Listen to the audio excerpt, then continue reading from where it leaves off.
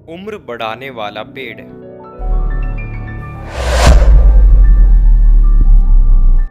एक बार तुर्किस्तान के बादशाह को अकबर की बुद्धि की परीक्षा लेने का विचार हुआ। उसने एक एलची को पत्र देकर सिपाहियों के साथ दिल्ली भेजा।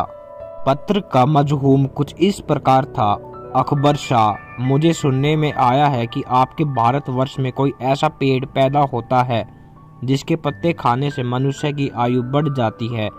यदि यह सच्ची है तो मेरे लिए उस पेड़ के थोड़े पत्ते अवश्य भिजवाए। बादशाह उस पत्र को पढ़कर विचार मगन हो गए। फिर कुछ देर बाद बीरबल से राय मिलाकर उन्होंने सिपाहियों सहित उस एलची को कैद कर एक किले में कैद करवा दिया।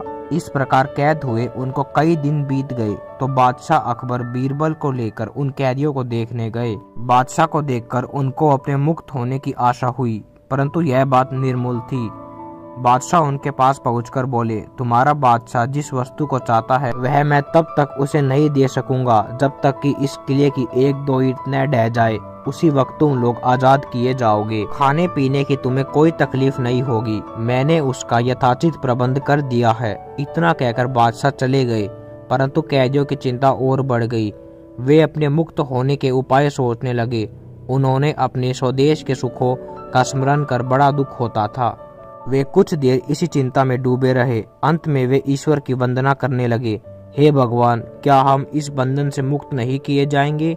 क्या हमारा जन्म इस किले में बंद रहकर कष्ट भोगने के लिए हुआ है? आप तो दीनानाथ है।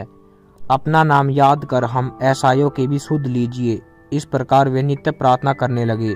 ईश्वर की दयालुता प्रसिद्ध है। एक दिन बड़े जोरों का भूकंप आया और किले का कुछ भाग भूकंप के कारण धराशायी हो गया। सामने का पर्वत भी टूटकर चकनाचूर हो गया। इस घटना के पश्चात एलची ने बादशाह के पास किला टूटने की सूचना भेजी। बादशाह को अपनी कही हुई बात याद आ गई, इसलिए उस एलची को उसके साथियों सहित दरबार में बुलाकर बोले, आपको अपने बादशाह का आश्रय विदित होगा और अब उसका उत्तर भी तुमने समझ लिया है।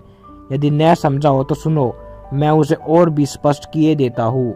देखो, तुम लोग गन्ना में केवल 100 हो और तुम्हारी आस से ऐसा किला ढह गया। फिर जहाँ हजारों मनुष्य पर अत्याचार हो रहा हो, वहाँ के बादशाह की आयु कैसे बढ़ेगी? उसकी तो आयु घटती ही चली जाएगी और लोगों की आस से उसका शीघ्र ही पतन हो जाएगा। हमारे राज्य में अत्याचार नहीं होता। गरीब प्रजा पर अत्याचार न करना और भली भांति पोषण करना ही आयु वृद्धि का वृक्ष है। बाकी सारी बातें मिथ्या हैं। इस प्रकार समझा बुझाकर बादशाह ने उस एलजी को उसके साथियों सहित स्वदेश लौट जाने की आज्ञा दी। इस प्रकार समझा बुझाकर बादशाह ने उस एलजी को उसके साथियों सहित स्वदेश लौट जाने की आज्ञा दी और उनका राह खर्च भी दिया। उन्होंने तुर्किस्तान में पहुंचकर यहाँ की सारी बातें अपने बादशाह को समझाई। अकबर की शिक्षा लेकर बादशाह दरबारियों सहित उनकी बुरी बुरी प्रशंसा करने लगा।